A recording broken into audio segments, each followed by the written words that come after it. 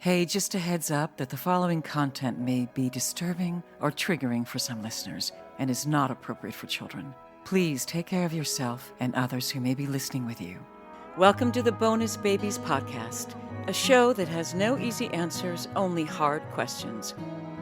Being in that situation and as a child, and you feel so lost, and in that darkness, it really does make you think that why are you even here? Like, why would you be born just to be in this struggle?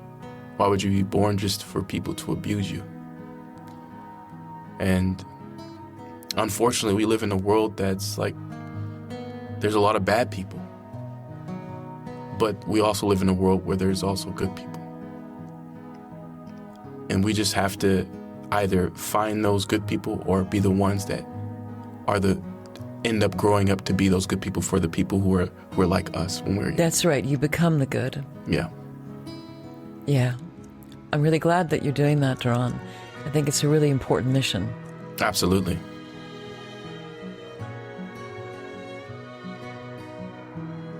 Can you tell me what you call the kids who you've cared for over the years? We feel that the children that we receive coming into our home are bonuses. So we call them bonus babies. I love that. This is your host, Jayne Amelia Larson, and I'm a CASA, a court-appointed special advocate volunteer for youth in foster care. Yeah, I know it's a mouthful.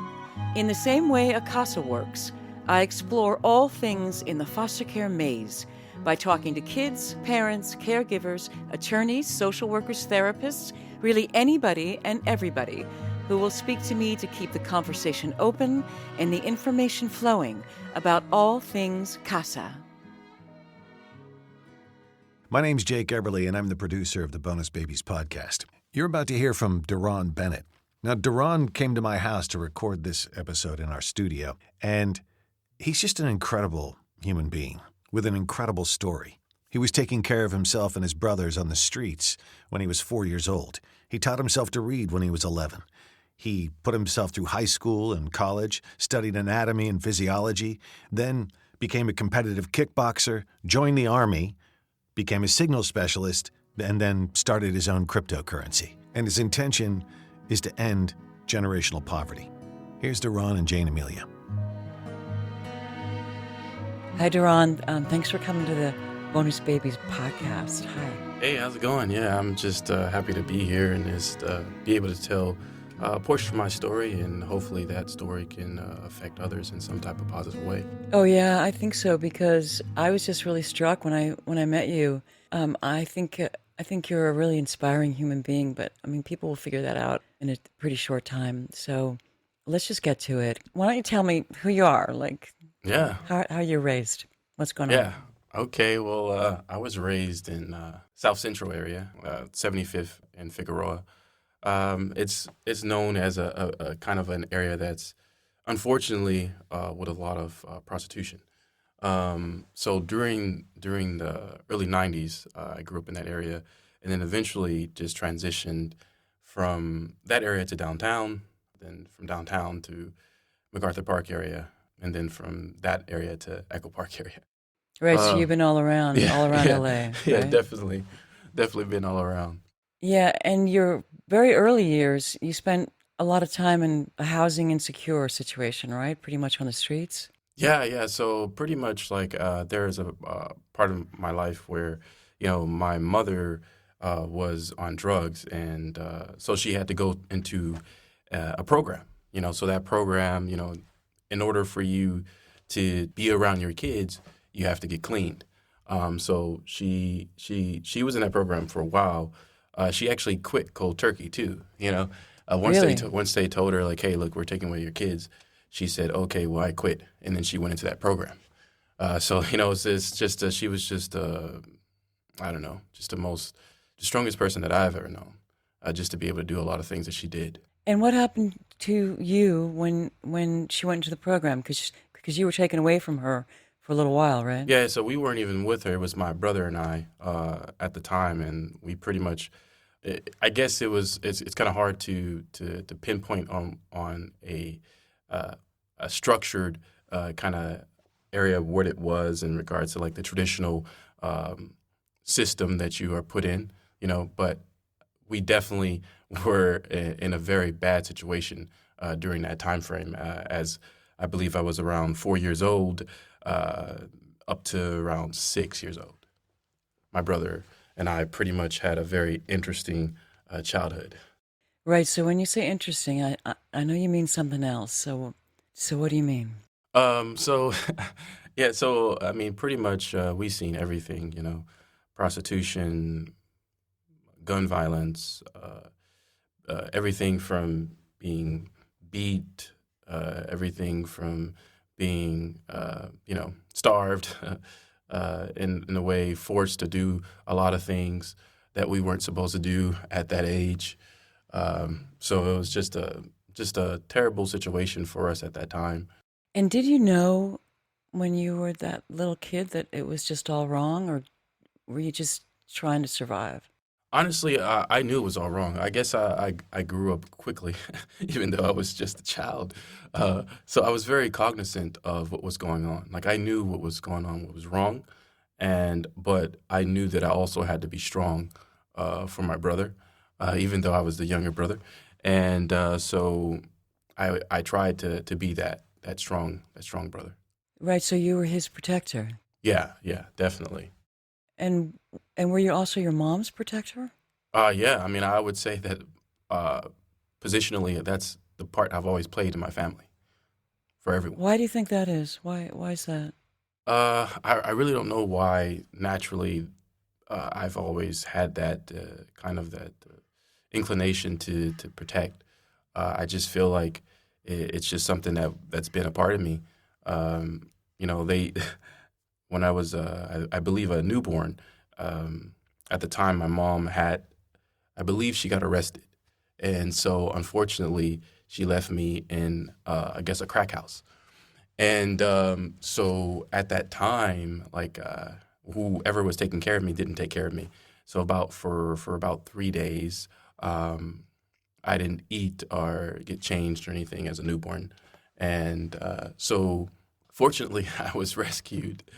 I was rescued and the person who rescued me ended up being my stepfather, who I considered like a true father. And he took me to the hospital, and the doctor told him, hey, one more day, he was dead. So I was very fortunate to be saved.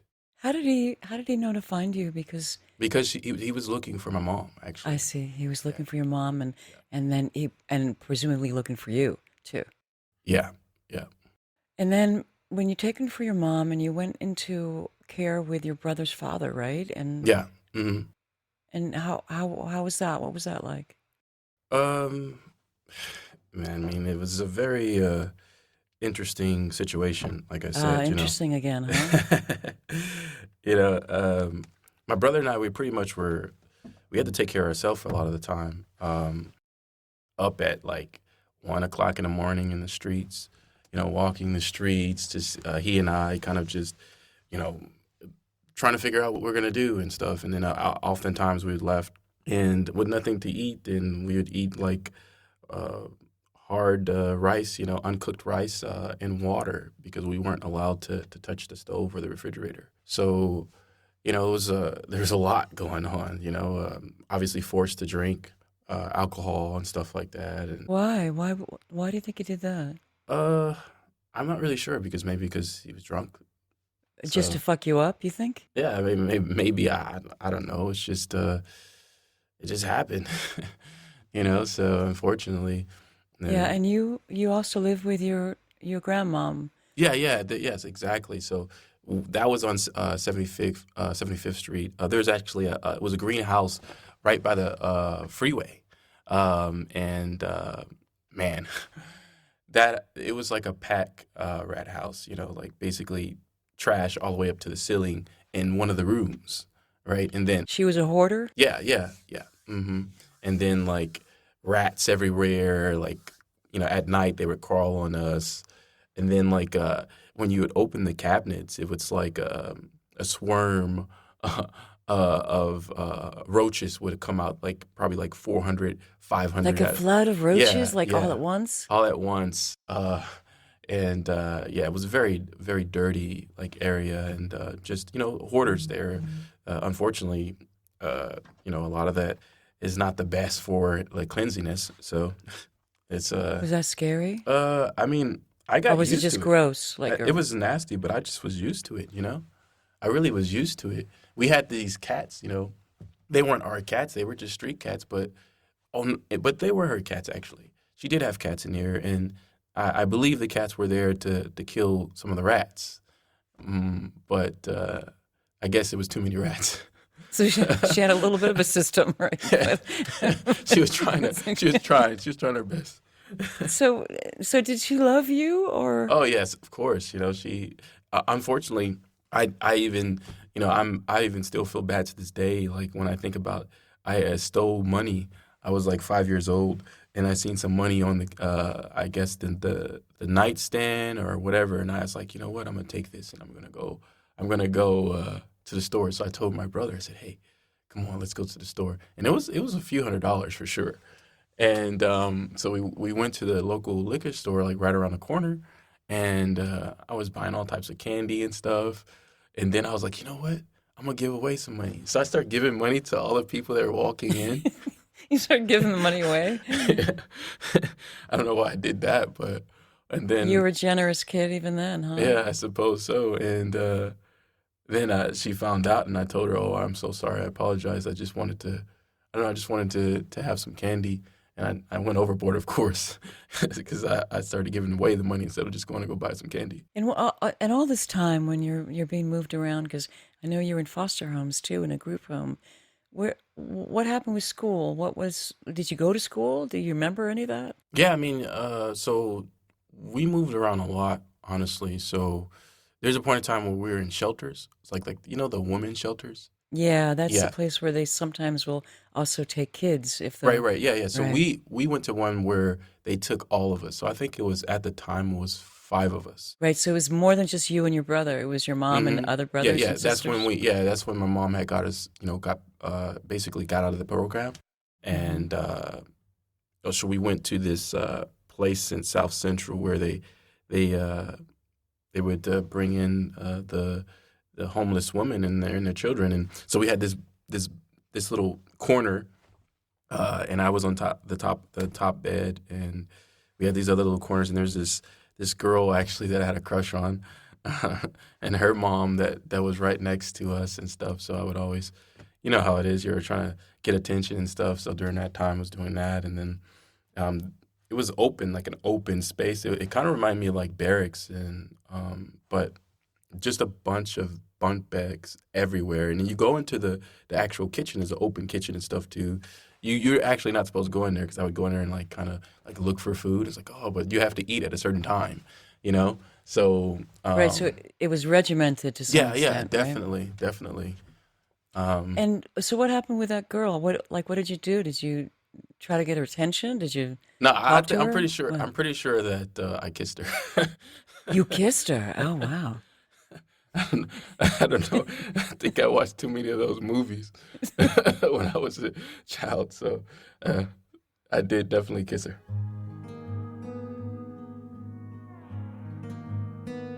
So what happened when you were 11? Because something kind of big happened then. You were in 7th grade. Yeah. So at that time, pretty much, I couldn't read until, I would say fully 8th grade, like really read. So when I was in 7th grade, I was tired of being in special ed. And Yeah, because there's a lot of stigma with that, right? yeah, You of feel like it's course. like you're like really ostracized. Exactly. And I felt that way. And, one day I came home and I told my mom, I was like, you know what? I'm tired of being special ed, and I said, I don't want to be in here anymore. And so she said, well, I mean, hey, well, read. And I'm like, yeah, I don't know how to read. That's the whole point why I'm telling you, I don't know how to read, but I'm stuck in special ed. So she goes and grabs a book and just like tosses it into my chest. I had a little bird chest back then. And I was like, and she just told me read. And I kind of like, I guess it kind of stunned me because I wasn't really sure what to do, and I just walked into to my room and I was like, well, shoot, what am I gonna do? And I was confused, and then I realized, well, shoot, oh yeah, there's a library. So there was a library not too far around the corner, and I would go to the library every day after school, and with multiple notebooks, and I would write down. Like first thing I did was picked up a dictionary. Then I picked up a few other books on supposedly teaching you how to read and stuff, right? So in those notebooks, I would write one word probably like 500 to 600 times just to try to figure out the word. And then So wait a minute. So you opened the dictionary and then you wrote words out over and over and over again in order to learn yeah, the words, to learn how to read? yeah. So after a while, I tried to like say the words out loud, and then once I felt like it was good, I moved on to the next word, and I had a lot of notebooks, and then I would take these other books that like I guess for ESL and stuff, and then basically learning how to read and write with that. Like basically by me doing, I learned how to read, right? I had to do everything, and then that's how I learned how to read. Right, and that actually has become a theme in your life, right? Mm-hmm. Like, and we'll get to that. But so I just want to, I want people to really hear this. You taught yourself how to read. Yeah. So it took me about a year. So it took me about a year to really teach myself how to read, and then after that year in 8th grade, I was reading at a 10th grade level. Wow. How do you feel about that now? I don't know. I just thought it was just normal for me to do. I didn't think it was anything different than what anyone else had to do. I just felt like, okay, well, I just had to work a little harder. But how about now? Don't you think that's Right pretty now, I think freaking it's awesome? pretty cool. Yeah, I think it's pretty cool. A little bit. Like, yeah. I mean, I did teach do. myself how to read. I think it's really awesome.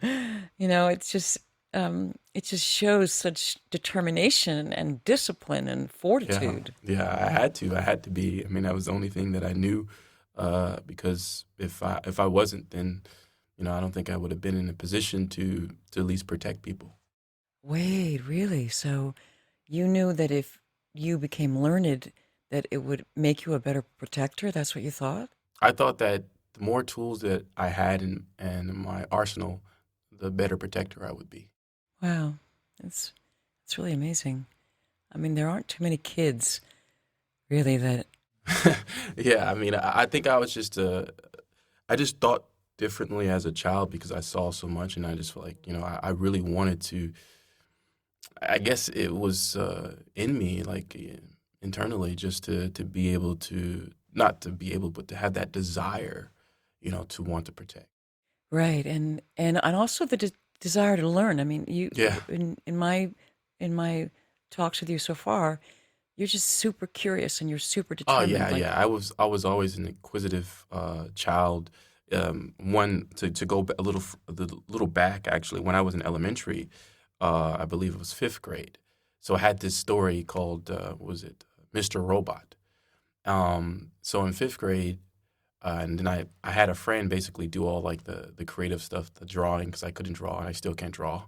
So I told my mom the story. I said, "Hey, I got this story, and it's this contest, et cetera, et cetera." And of course, I can't write these words, but I had the ideas in my head. So I told her the story. She wrote the story out, and I ended up winning the award, right, for best story. And so that was cool. So I didn't know how to read, and I definitely didn't know how to write those words, but I did have an imagination. wow. And funny thing is, like, when I was lazy, and I think I was in City College at that time, and I was like, I think taking English 101, and then they said, "Oh, well, you have to do a creative writing," and I said, "Well, shoot, I don't really feel like writing." So I said, "You know what? What about my story I wrote?" And I'm thinking, are you crazy? You're really gonna put in the story that you wrote? Well, you didn't even write. Your mom wrote, and for 5th grade, I said, "Yeah, why not?" I got an A minus. My mom was an amazing writer, so she was she was an amazing writer. She always loved English, and Yeah, so it surprised me. It's like, wow, I guess I was pretty creative as a fifth grader. So you had to move schools though, even when you were a teenager. So and then you ended up having. Yeah, so when I was in ninth grade, I pretty much got kicked out of LA High. Um, Why was that? at the time, I don't think I was really paying attention to class, and I wasn't really doing too well with my grades. And I'm not really sure why. I just didn't feel like it. And so I ended up being called to the principal's office, and he's like, "Well, you know what? We're gonna have to kick you out." And the reason why he felt that it was justifiable is because I technically didn't fall within the district.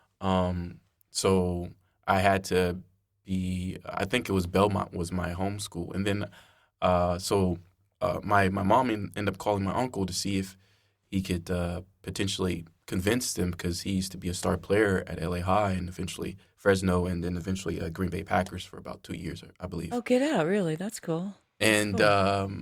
so he basically spoke to him, and then his coach was like, "Yeah, let me see what I can do." And the principal said, "Yeah, he's still leaving."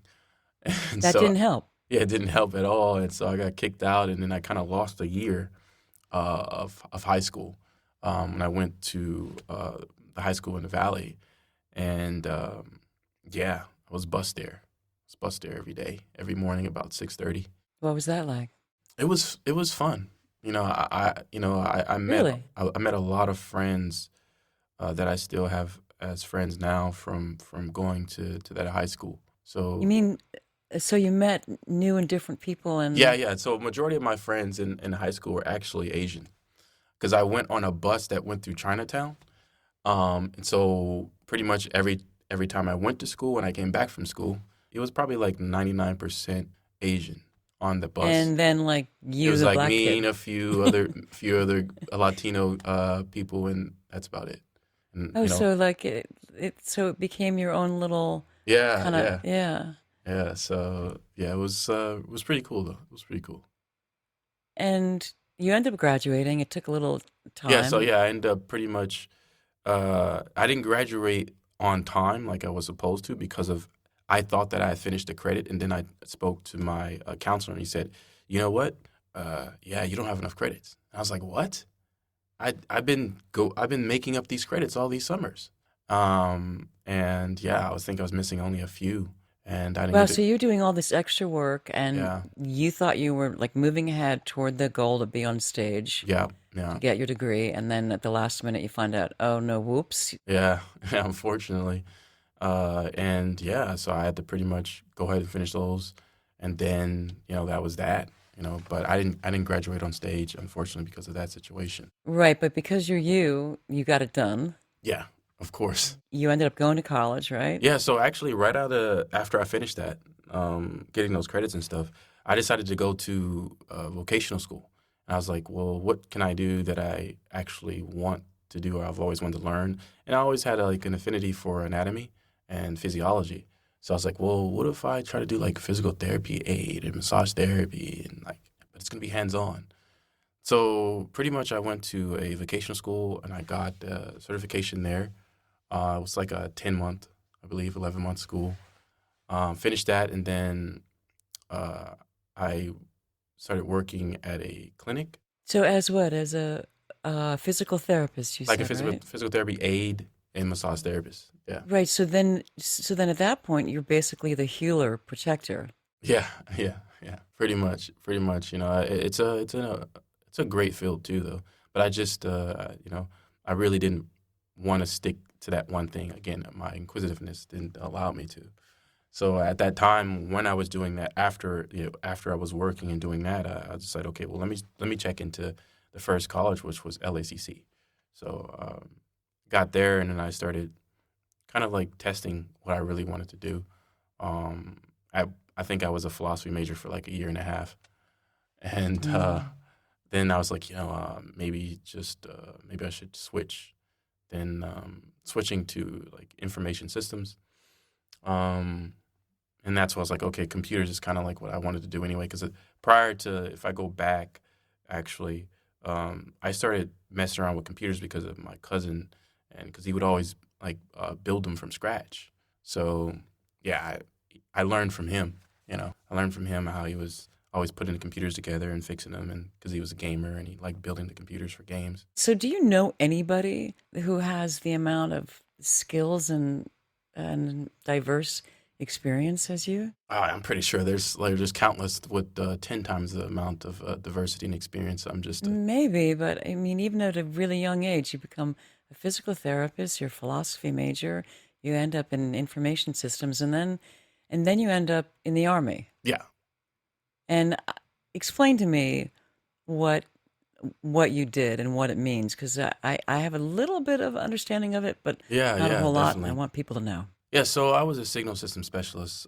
So essentially, you deal with satellite communications, secure communications, setting up servers, setting up tactical radios, ComSec.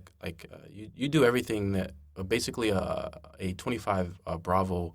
It does a lot of people's jobs. Pretty much the 25. Actually, you do the 25 Bravo job, you do the 25 Sierra job, you do the 25 November job. But I was 25 uniform. That means you did it all, right? Yeah, pretty much. You're like the jack of all trades and master of none. So, but you have to know everybody's job and stuff in order to really kind of like work on the different tech stuff that you'll be working on while you're there.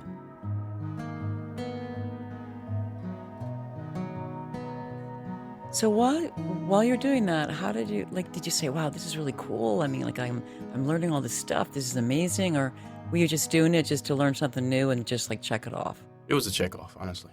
I wanted to experience it. And then after that, I wanted to do something else, which transitioned me into doing like primary focus on kickboxing. I'm sorry, what? That's when I transitioned to primarily focusing on kickboxing, once I was like done with that. Really? Yeah. I don't think you mentioned this to me before. No, I don't think I did.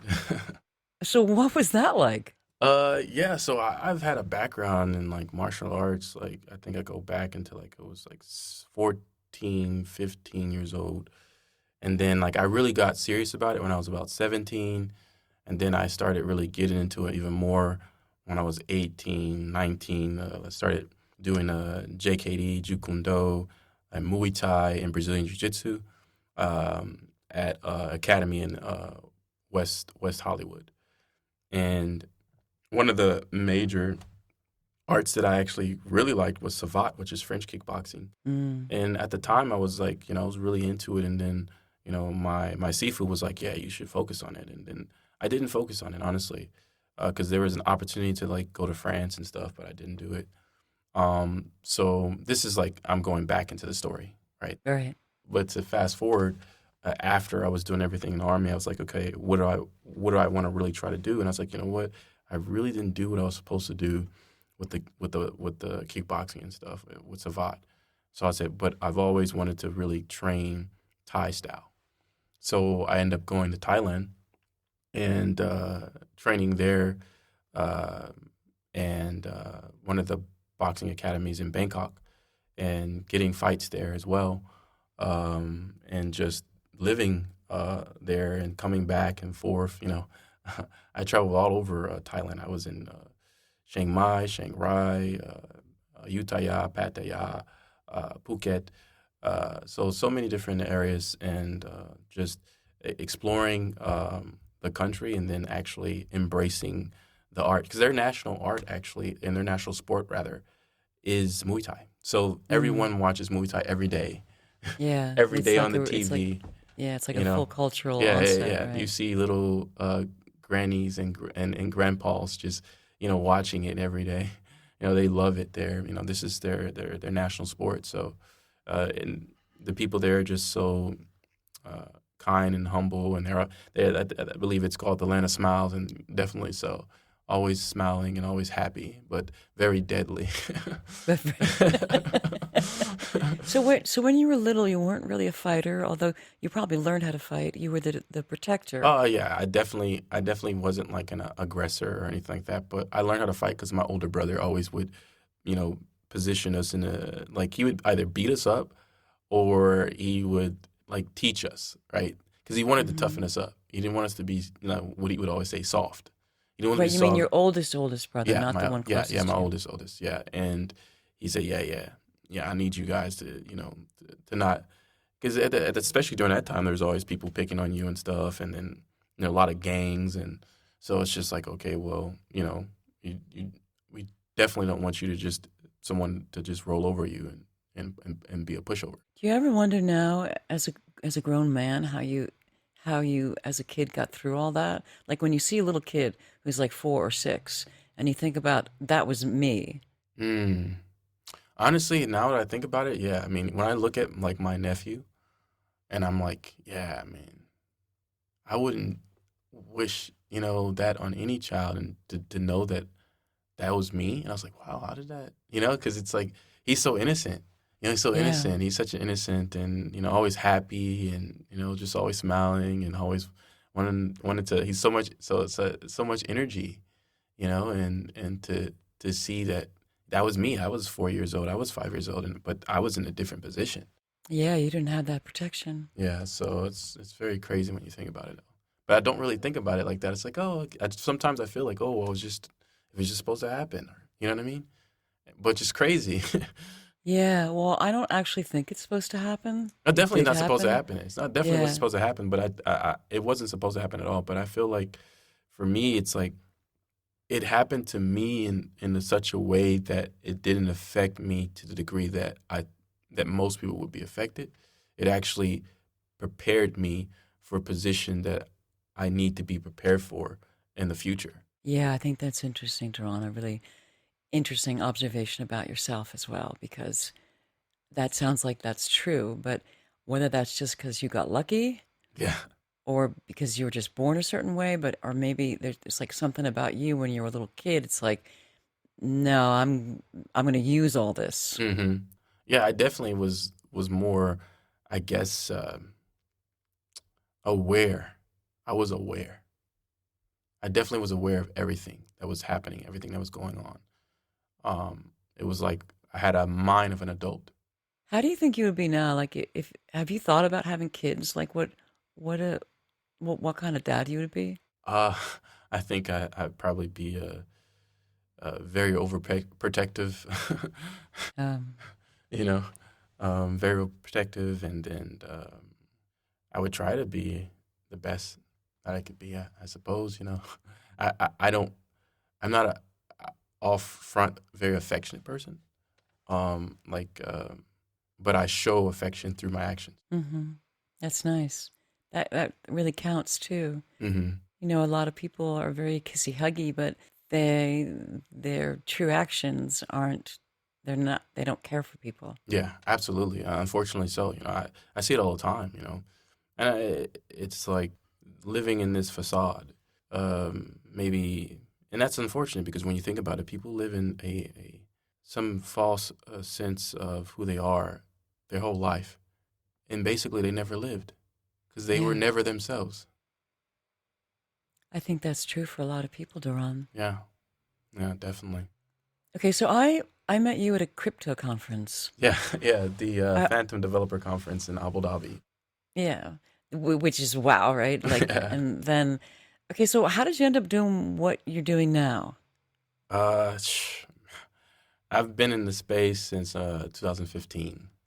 Uh, I love how you say in the space. It's like the crypto space. yeah, yeah. I've been It's in like this space. whole world, like separate from like the real world, right? It feels that way sometimes. Yeah, I know.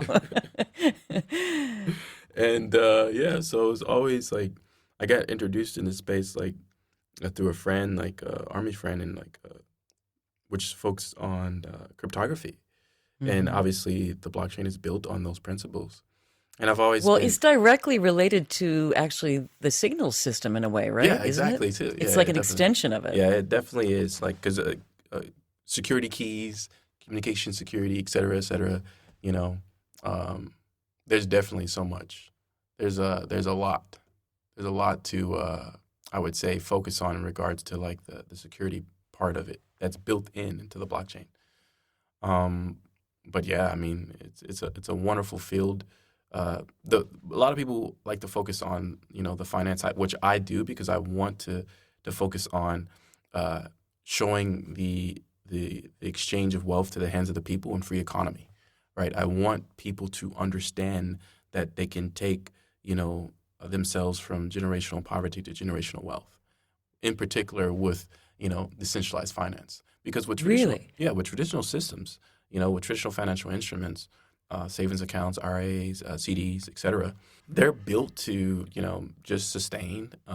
And then, people put in, their lives, their livelihood and their, all the work they put in for 20, 30 years. And, then they decide, oh, I want to take a vacation. I want to do this. I want to do that. I want to buy this finally, And then to say, for instance, though, the whole focal point of getting out of generational poverty.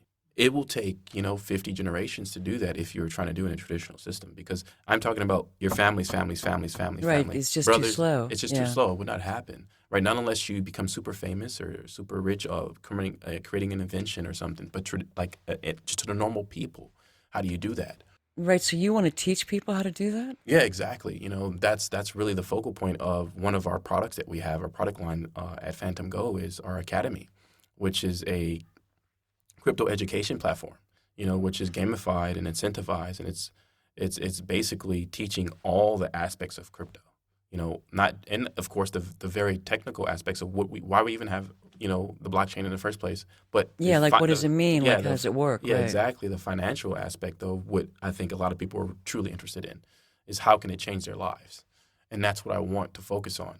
I want to focus on how can crypto change the lives of someone who's from the hood, someone who's from the inner city, right? And not just focusing on obviously that, but because it's everyone, not everyone who's tired of the system that has been built to keep them down, right? The traditional financial system is centralized for a reason, right? It's centralized to control, but it's all about taking that control back. Because we are a democracy. So it's power to the people, and the people can control if they come, together and focus on, DeFi, right? Crypto. Because at the end of the day, explain DeFi, because this is an important part of the concept of. Yeah. So decentralized finance basically is totally different from a traditional system, because it's open, right? It's open. There's no middlemen in regards to in the banking system, obviously there's always a middleman. There's always these types of fees, transactional fees, any type of back-end fees they don't even know about. It's like right? fees on fees, and that's how they make their money off of fees, right? Not anything else. Really, it's just the fees. No, and it's bogus. It's criminal. Yeah, actually, it is right? actually. I feel it's that somehow way. legal, right? And then of course they're trying to basically bunker down on crypto because of it's not regulated enough. Exactly, it's not regulated enough because you want the control. You want the control. You want the control. You want the fees. You want the fees. You want to tax everything so you can benefit off of everything that we do. But you don't want to really give back. You give back, but it's not the size in which we feel, or not even we feel, that it equates to the amount that you spend. You spend far more than what you're trying to tell us that we can't to benefit from. Right. So you're really seeing you're seeing crypto as a way of giving back to the community too. Oh yeah, I feel like to change the dynamic of where we're going in this direction, just to give back through the academy, to give back through a coalition that we have, which is a mission outreach to the inner city to teach financial literacy with an emphasis on crypto education, and partnering with local community leaders and also partnering with local government officials to create a program, so that they'll have something that they can utilize and have. But the main thing too, what I always say is that I can give someone tools, but it doesn't mean that they're going to know when to use it and how to use it. Right. And it's not just about having those tools and knowing when and how, because I always like to kind of give this example. I can teach anyone how to fight, but when it comes to them fighting, when someone is putting that aggression and that pressure on them, how will they react? Will they fold? Will they freeze up? Because if they fold and freeze up, it means that they weren't mentally prepared for it. So they had all the tools, but their mental preparedness was not there. So it doesn't matter if I can go and teach someone, from the inner city, about crypto education, but if their mindset hasn't changed that dynamic change where they start thinking differently, then they will stay in that same, that same rut. So that has to change. That's my focal point too, as well. So has this been true for you for as soon as you got into crypto, when you realized the potential egalitarianism aspect of it? Or did it dawn on you that this could, I mean, like, I didn't know this was your vision, by the way. Oh. I'm hearing this for the first time. So this Uh, is an ambitious vision, Yeah. and I believe because you do everything that you want to do, you're going to end up being able to do it. Yeah. Yeah. I mean, honestly, when I first got into it, no, I didn't really think right off the bat. I was like, oh, okay, this is cool, blah, blah, blah. It reminds me of, what we do and, like cryptography and et cetera, et cetera. But I started kind of seeing like the vision, I think maybe in 2018, like, okay, this can actually change people's lives. This can be a vehicle for, the dynamic change that we've been waiting for since financial systems were created. So in terms of a profound systemic change. Yes. I mean, because traditionally, most financial systems were always, I mean, even if you go back to like when first, you had the Bank of Italy, right? The Bank of Italy actually turned into the Bank of America, right? And that was in the 1800s. And he was a dynamic change maker, right? Because no one wanted to give out to the little man, right? So he said, you know what? I'm going to be the one that give out to the little man. I'm going to be the one that's going to ensure that people can take out loans, which they weren't able to for their houses at that time. Only the rich were able to. I didn't know that. Only the rich were able to. And he saw that. Now, obviously, it changed, obviously. Well, guess what? Because so many people got their hands in the pot and they realized, well, we can control this. But that wasn't the case for him. He was actually a true entrepreneur. A true entrepreneur was, it's a maverick. So do you think people are going to be able to do this who aren't as smart as you? Of course. I'm not that Because smart. you're going to teach them. What? You're not, you don't think you're that smart? Oh my. I mean, well, maybe you're just curious and then. Yeah, but honestly, the average person, of course, the average person will be able to do this, because at the end of the day, it's about simplifying it. It's about making it easy for everyone to do it. It's not about complicating it. Yeah, because it does seem like a really complicated world for It is a everybody that I complicated know. world They're for always the average they're day trying to person. wrap around it. Like, what does it mean? Like, what is it? Yeah, exactly. I think it is a complicated world for the average person, and that's why our focal point is making it so easy that a 5-year-old can do it. So that's really our focal point. We really want to make the user experience so easy that a 5-year-old can do it, or an 80-year-old, that has no experience with technology or whatever, can go ahead and learn about crypto and learning how to leverage it for not just for themselves but for generation.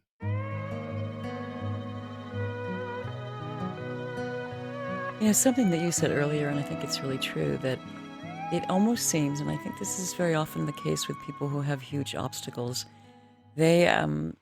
those very obstacles end up helping them succeed in the future in ways that you can't expect. And that seems to be true for you, right? Yeah, I think so. I think that, they only, I think, positioned me to accelerate my vision and my mission.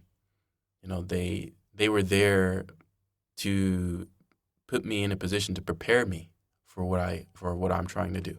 At the end of the day, if I had it all easy, then when the going gets tough, I would fold. The thing is, it's not going to be easy. This path is not going to be easy. There's going to be a lot of friction. Most people, when they meet friction, they stop. When I meet friction, it makes me want to go further, because that means that someone's trying to stop me from doing something that I want to do, and I'm not going to allow that. It's really inspiring, Daron.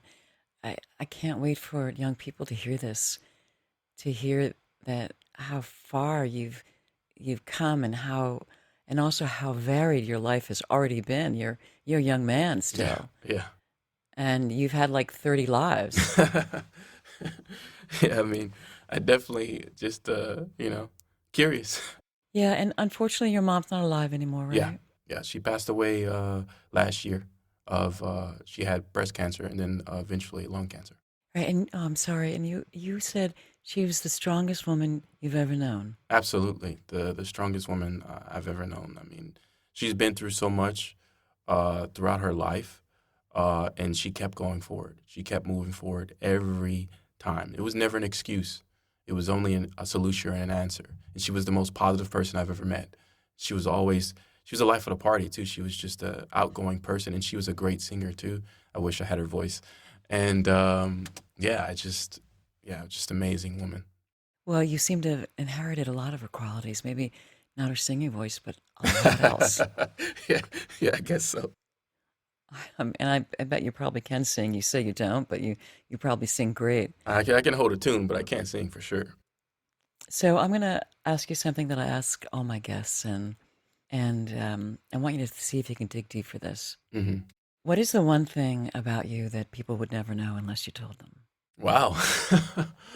One thing that I mean, I'm an open book for the most part, you know. But if I was to really think of something that is just like no one really knows unless I tell them, um, yeah, that one's a hard one to think about because I'm really trying to pinpoint something that I would say, you know, that is not exposed, rather, you know, because it's really about what's not exposed to people That's and right. what's not open or vulnerable, or that vulnerability that I would say. I mean, most people know everything because I'm really open about who I am and what I am or what I've done. I mean, to a degree, So I guess I would say that if there's one thing, most people know that I'm a very confident person. I'm super confident in everything I do.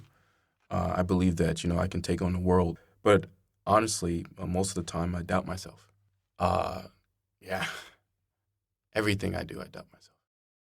So every moment you're presenting as this like super confident, super accomplished guy who's like go go go, new new new. I conquered this, I conquered that, and yet actually there's a part of you saying, "Uh oh, no no, I can't do it. It's not going Yeah, to happen. yeah, It's not going to work." yeah, definitely everything that I do. Yeah, I would never have guessed that. Yeah, yeah, definitely. I mean, I guess everybody has a little bit of that inside them, but you're saying it's like a pretty loud voice. Yeah, definitely. Very loud. Let me ask you one more thing, Daron. What would you say to a little kid who's having trouble, the kind of trouble that you had, Hmm. who didn't know where he was going to sleep or where he was going to eat or who was going to hit him or who was going to abuse him? What would you say to that little kid? Wow. Uh, Firstly, I would just let them know that everything's gonna be all right. You know, even though you know everything looked like it never is gonna change, especially since a lot of the time you feel like you're stuck in this dark hole. It feels like no matter what you say, what you do, no matter how good you try, you still will not get out of it. It's like a nightmare, you know, and it feels that way. It feels like you can't escape.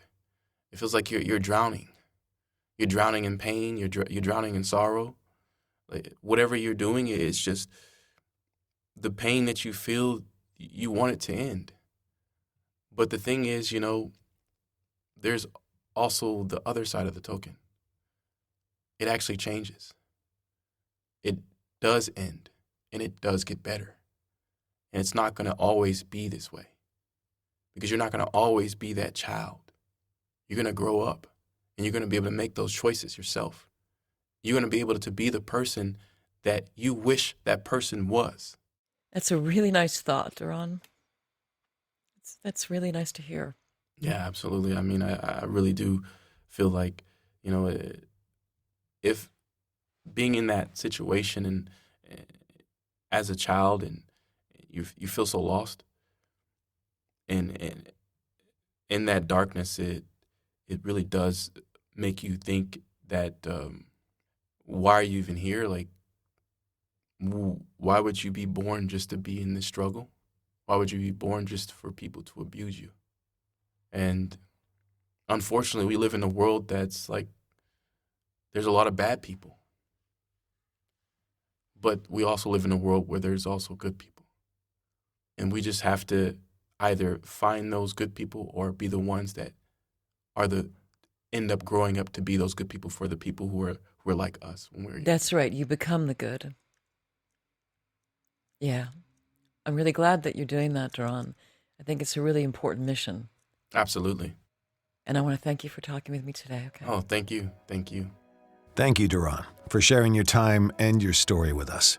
I think what you said about mindset and having the mindset to succeed and overcome your obstacles is so powerful and is incredibly valuable to all of us. So thank you for that.